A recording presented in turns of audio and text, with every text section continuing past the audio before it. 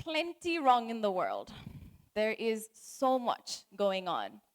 I got up this morning, and as every regular 25-year-old today, I turned up my newspaper, my phone, and I scrolled my life away for 30 minutes. There is war going on in the world. There is poverty. There is inequity. There are individual cases of health to fight for. There is ongoing gender-based violence, domestic violence against women. There's LGBTQI rights to fight for. Oh, there's smog recently, the environmental issue because of which we couldn't take flights up until last week, remember? And then there's COVID. That's a whole new thing. There's COVID, right? And I got up, put my phone aside. There's so much wrong in the world. I've got to do something. I think I also scrolled something across visually impaired people, and I said, okay, I've got to do something in that regard as well. I got up, I looked at the mirror, I got ready, I curled my hair, and for the love of God, my hair would not behave. It was supposed to be this beautiful curls right now that was supposed to be bouncing all around, but it just wouldn't behave today. And my attention shifted to, why won't my hair work? What can I do to make my hair better? I ordered some olive oil from the hotel, I oiled it, I showered it, washed it again, no, wouldn't behave. There is so much wrong in the world, from worldly problems, war, poverty, environmental issues, climate change, and then there's personal issues to deal with, right? My hair won't work, my skin is too dry, why did he say something, why did she say something, why am I not liked? And that pressure to do something about it is so real. Everyone in the audience right here and who will watch us live later on as well, just spend a minute thinking of things that are going wrong, and you would be able to count hundreds. And that, I feel, is something that we present at the moment go through a lot, right? There is so much wrong in the world. So there is all these problems. Then I move towards feeling responsible. As a person in a position of privilege, and privilege is always relative, maybe as somebody who has been able to go to school, has had access to education, has a mic to speak through, I might seem privileged in one regard, but maybe as a woman who cannot give citizenship to her child, I am not in a position of privilege. So privilege is relative. But anyways, we feel like, oh, I am in this position of privilege. I have to do something. I have to do something about our degrading environment. I have to do something about inequity. I have to do something about our health system, our education system. And this is not just me speaking in my capacity of somebody with maybe some sort of an social exposure, social media exposure as a public figure. But I'm sure in all our capacities, we feel that sense of responsibility, right? So many messages I get in my Instagram saying, hey, you've got to speak up for this cause. Why haven't you spoken up about this cause? There's so many things to speak up for. And you feel responsible. Hey, I have to do something. As a Nepali, I have to do something. As a citizen of the world, I've got to do something. As a friend, as a child, as a person, maybe as an entrepreneur, there's so many things to do. You feel responsible. And there'll still be things that you miss out on. We were having a conversation about an aviation-related issue earlier with Vijay sir that I was unaware of. I see so many problems daily, yet I miss out to see on a few problems. So imagine how many problems there would be. So there's the problems, then you feel responsible. Then comes the reaction to this, right? Have you ever had a situation where you've got so much to do that you decide to take a nap? Happens to me all the time. Because there is so much to do, right? You cannot decide what you have to do, what to do, and the best thing possible seems to not do anything about it. I faced a similar situation when I was in Pokhara earlier in the mid of lockdown, and all these restaurants were empty.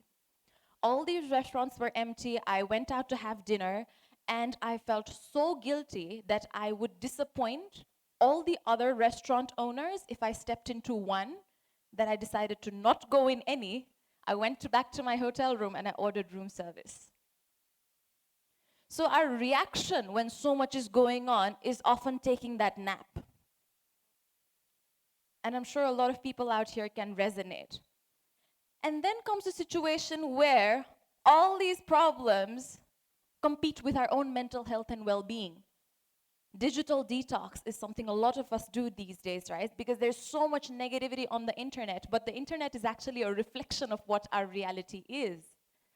But we say, I don't want to see this anymore because I can't do anything about world poverty. I can't do much about inequity in education. All I can do is maybe share that Instagram post on my story and say something must be done. So it's competing with my mental health.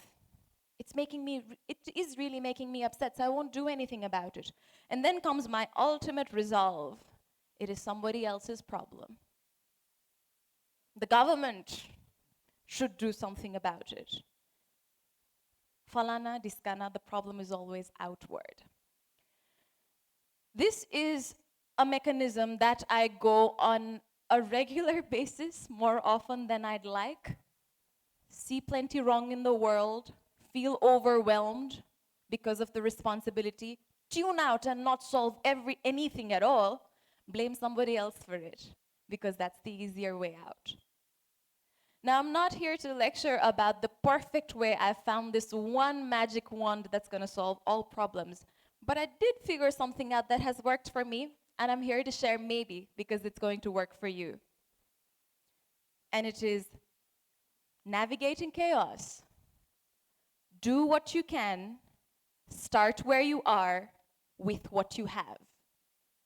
And it is something that I chant to myself on a regular basis. It is not this vague theme of motivation that I'm throwing at you today, but really think about something that is bothering you at the moment. What am I going to do about it? Do what you can. Start where you are with what you have. Because what happens if we do not do that is we get into this vicious cribbing cycle. And one negative thought attracts another, attracts another. Now, I'm not talking toxic positivity out here. Positivity is not a switch that you'll be able to turn on and everything is bright and romantic and nice. No. But what can you do? You know, sometimes when I'm overwhelmed by all of these problems, I think I'm 25, I'll probably live until what, 90 if I'm lucky, 100, I'm very lucky, or maybe not, I don't know. All in all, I probably have 50 years to worry about. So what can I do in my 50 years? I can do what I can. I can do with what I have and start where I am. And each and every one of us has this access, right? You have your own unique experiences. I know when people hold on a mic or put on a mic on and stay on a stage and talk about all these inspirational things, it seems it's easy for you to say. It's easy for you to say, you have it all. But trust me, everybody has their own sphere of experiences, talents, issues, and challenges. But what can anybody do? You, me, or people with a lot many more Instagram followers, or maybe somebody who doesn't even have a social media account. All you can do is do what you can. Start where you are with what you have. I always find this a long-term versus short-term solution, right? And I love this analogy. Imagine you've got to cross a road, or you've got to go from, well, I don't know, 2 locations in, you've got to come from Sauraha here to where I'm living in the city, which is near where Farn is, so more towards the city area. Anyways, you've got a 15-minute drive, and the road is terrible. Imagine. It's difficult for you to imagine out here in Chitwan because the roads are quite nice, quite easy for us to imagine in Kathmandu. So imagine you've got to go from point A to point B, and the road is terrible, right? What are you going to do about it? Of course, you're going to be very upset that the road is terrible, but you have to go from point A to point B today. That's on you, because you want to go. If the road is terrible and I don't have a car, maybe I won't wear these heels. Maybe I'll put sneakers on, because I've got to walk.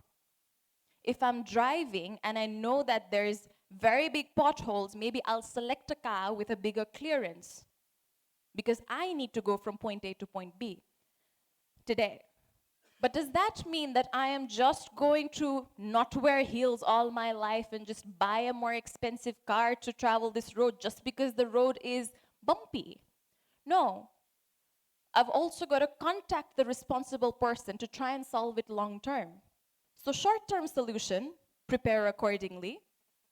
And then longer-term solution, find a way for the road to get fixed. that's the angle that I look at whenever I solve problems, short term and long term.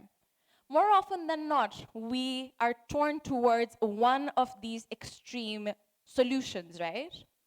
Either we crib that, oh, the road is terrible and I'm not going to travel until it's fixed. Or there's always going to be wrong in the world. There's nothing that's going to fix it, and it's okay. I've adapted.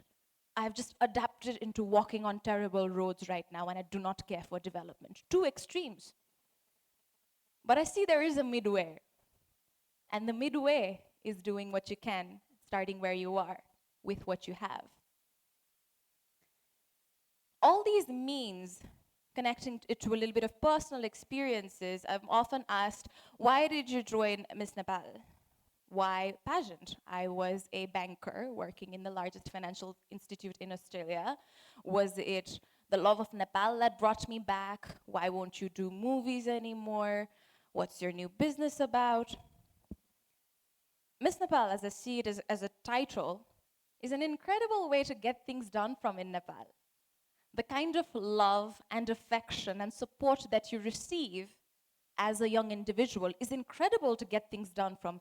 It is what that has given me this mic. Is it to say that it's the only ultimate, penultimate reflection of what a woman or somebody who identifies as a woman should be? No. But it's a great way to get things done from, and I chose it to do what I can with what I had and start where I was. Overall, when we think of all of these issues, and I'm sure this topic is so much more relevant than ever because we feel overwhelmed. I feel a physical knot in my back when I think of everything that is wrong in the world and what I need to do to solve it. Sometimes I am very hard on myself to think that, oh my God, I am this person of privilege. I should do something about everything. And then you spread yourself too thin. So what is that balance between doing everything that you can, making yourself as effective and as efficient as possible, but without burning yourself out, without being too hard on yourself? I feel that mantra, that little mantra has really helped me navigate. To wrap up, I love this analogy, and I'm all for analogies, is imagine a bed sheet. A bed sheet that you've just washed and has come out, and you leave it out to dry, right? It's all crinkled, isn't it?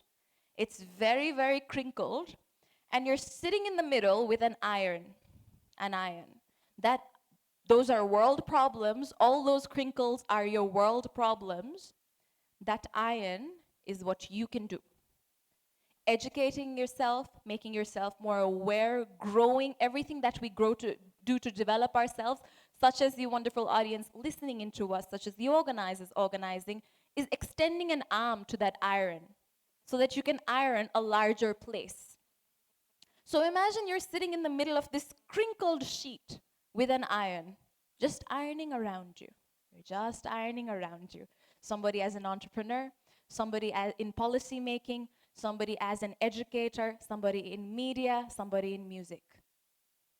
You have your iron and you're ironing it out. Somebody in the other corner is still making crinkles, right? They're creating problems. But what can you do? You can sit here with your iron and try to iron as far as possible. Because you've got to start where you are, do what you can with what you have. Thank you, everybody. Have a great afternoon.